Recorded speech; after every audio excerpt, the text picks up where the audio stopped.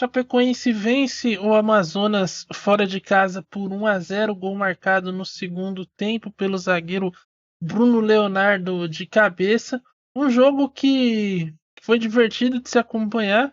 Na reta final, o jogo ficou muito ruim, muito por conta das mexidas do técnico Rafael Lacerda, que desfiguraram a equipe do Amazonas.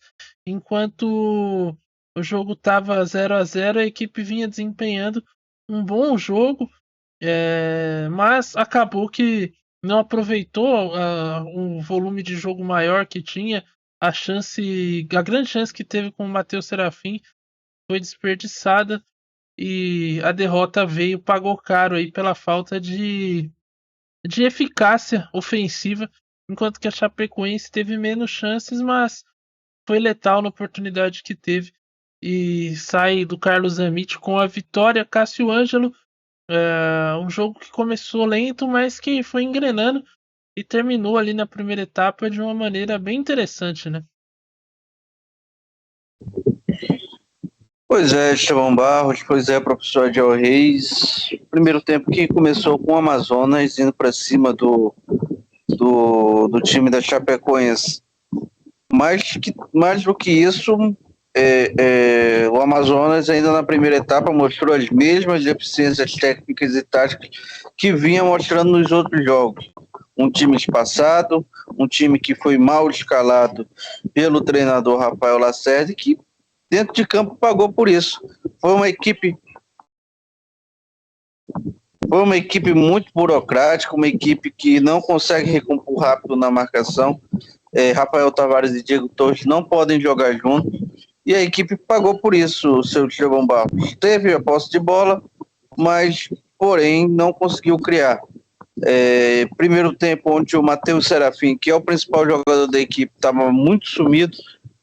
O Sassá foi um jogador nulo hoje em campo, talvez pela bola não ter chego a ele, por ele não ter tido aquela oportunidade, mas a equipe da Chapecoense soube ser resiliente ou soube dar a bola para o Amazonas e aí explorava as jogadas. O Chapecoense durante todo o primeiro tempo foi uma equipe mais objetiva, uma equipe que definia melhor as suas jogadas.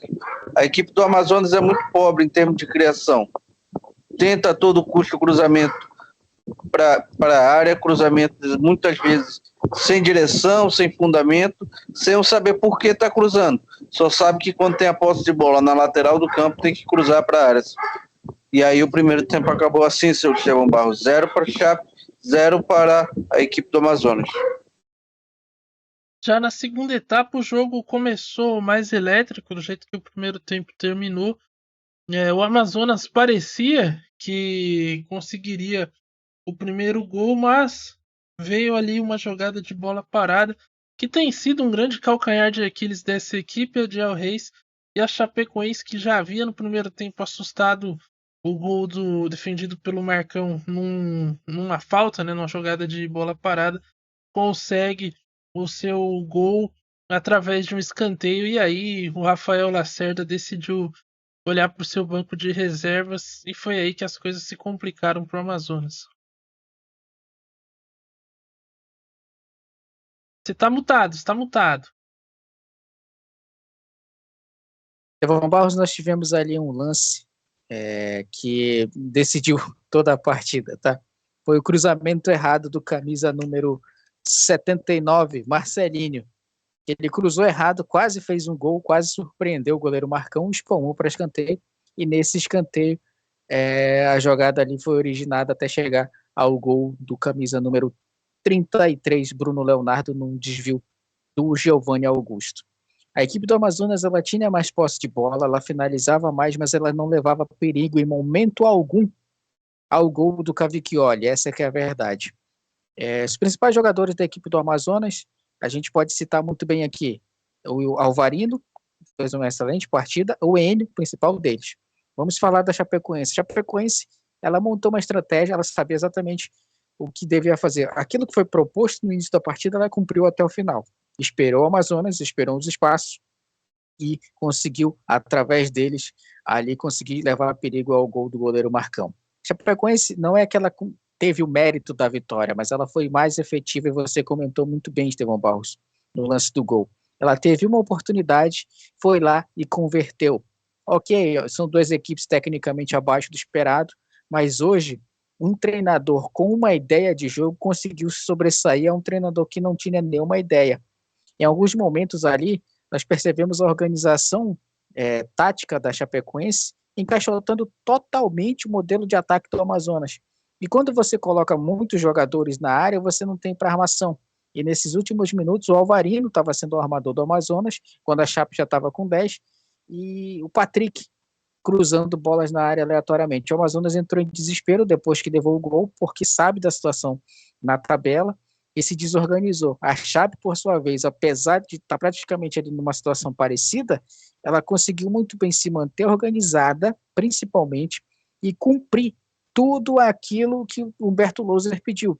Não foi nenhuma aula tática do Louser em cima do Rafael Lacerda, até porque qualquer um treinador consegue ser melhor que o Rafael Lacerda. Mas a verdade é que o Louser conseguiu fazer a equipe jogar o básico, fazer o feijão com arroz, e a partir daí conseguir fazer um gol e vencer o jogo. Mérito da Chapecoense, demérito do Amazonas, e eu vou fazer uma observação aqui em relação ao Amazonas, que em vários momentos, Estevão Barros, o Ibson estava ali comandando a estratégia da equipe. Ou seja, onde a panela que muita gente mexe a colher, né? Enfim, é impressionante como a desorganização do Amazonas ela não passa só pela equipe dentro de campo. Isso aí é só o reflexo. Diretoria desorganizada, comissão técnica desorganizada e muito mais. A equipe do Amazonas ela pecou, o Rafael Lacerda montou a equipe mal e pegou uma equipe do Louser que nós criticamos, brincamos aqui, que é um treinador que chegou recentemente para substituir outro e tudo mais, mas ele já tem um modelo de jogo e tem uma identidade, coisa que o Rafael Lacerda dificilmente terá nessa passagem pelo Amazonas, Estevão Barros. Que isso, palavras duras, Adiel Reis, que já cravou uma demissão do Rafael Lacerda, né, no ano passado, tenta aí repetir a dose, ele que já se declarou contra o Rafael Lacerda, falou que onde Rafael Lacerda estiver, ele estará do lado oposto. O Adiel Reis disse isso aqui em uma determinada live nossa, é só você pesquisar aí o que você vai encontrar. Agora, chama a atenção justamente a desorganização da equipe do Amazonas após o gol, né? As mudanças da equipe tiraram muito o ímpeto e qualquer chance que a equipe pudesse ter de empatar. Vale lembrar que minutos após o gol, o craque Giovanni Augusto foi expulso por retardar o jogo. Ele já tinha tomado um amarelo ainda no primeiro tempo, se não me engano, e tomou outro na segunda etapa por atrapalhar o goleiro Marcão na saída de bola na reposição. E aí a Chapecoense ficou com um a menos e parecia que poderia ser ali alguma esperança. O jogo estava muito parelho, parecia que essa expulsão poderia ser um fator favorável ao Amazonas, mas as mudanças destruíram completamente as oportunidades da equipe da casa de tentar o empate. A Chapecoense se segurou ali do jeito que deu. E convenhamos, né, Cássio Ângelo, o goleiro Cavicchioli, depois da expulsão, nem precisou trabalhar tanto assim, né? Tamanha a bagunça do Amazonas. O Rafael Lacerda fez algumas modificações que eu acho que eu julguei interessante, outras que anularam o mérito das alterações que ele tinha feito. Vou exemplificar para você, Estevão Barros. Ele tira o Sassá e o Rafael Tavares, que não estavam bem no jogo, e coloca o William Barbie, por exemplo, um jogador que não tem sequência na equipe do Amazonas, jogador que até agora só se provou no campeonato estadual, que a gente sabe que é um campeonato de um nível técnico muito abaixo da Série B. Colocou o Bruno Lopes, colocou um segundo atacante ali, e o jogo foi para uma espécie de um 4-2-4, é mais aquela alteração para jogar para a torcida, para mostrar, olha, nós vamos botar o time para frente, nós vamos à busca do empate a todo custo, do que propriamente organização. Com Cauã, Barros e Mateuzinho tentando armar ali o jogo, e ora o Patrick também queria virar centroavante, todo mundo queria ser centroavante na equipe do Amazonas, seu Estevão Barros. Essa é a grande verdade do jogo de hoje. Da expulsão do Giovanni Augusto até o final do jogo, nós tivemos mais ou menos uns 10 minutos de improdutividade da equipe do Amazonas. Os lances finais aí diz tudo para mim. Era o Patrick cruzando da intermediária sem qualquer noção de espaço, sem buscar alguém, só jogando a bola por jogar, e o lance final da partida, o Alvarinho, que é zagueiro, tendo que armar a jogada. Então, as modificações do Rafael Lacerda são totalmente questionáveis. Falta de organização na reta final do jogo, mais tentando o abafa do que propriamente ter um jogador que pudesse botar a bola no chão. Um final de tempo totalmente questionável da equipe do Amazonas. A equipe da Chapecoense só deu a bola para a equipe do Amazonas, que não sabia o que fazer com ela, sentou no resultado e esperou o jogo acabar. A realidade é que, em momento algum, após a expulsão do Giovanni Augusto, a equipe do Amazonas conseguiu exercer alguma pressão ou levar algum perigo, tirando ali a bola na trave do jogo, que foi um lance fortuito, foi um lance do acaso, e depois disso nada mais conseguiu produzir.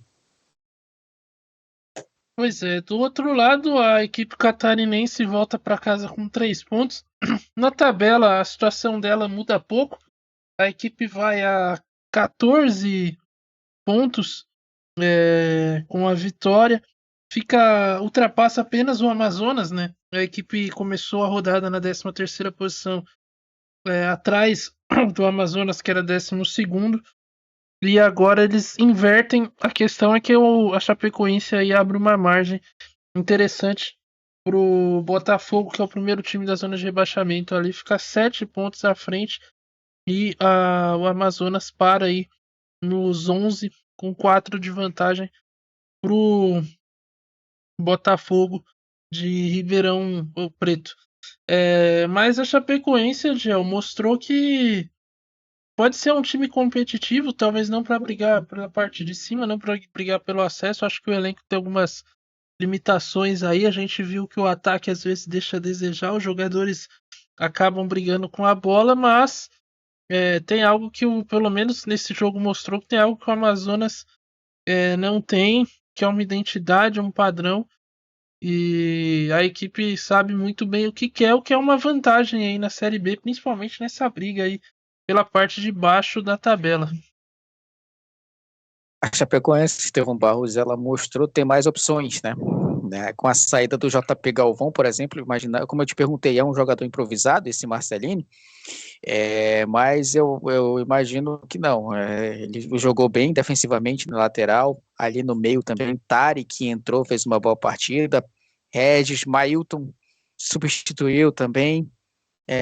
Tem opções ali para suprir cada posição. Isso foi o diferencial, talvez, na partida. Eu vou concordar com o Cássio. Não adianta você encher o time de atacante se não tem ninguém para marcar, que foi o caso do Amazonas.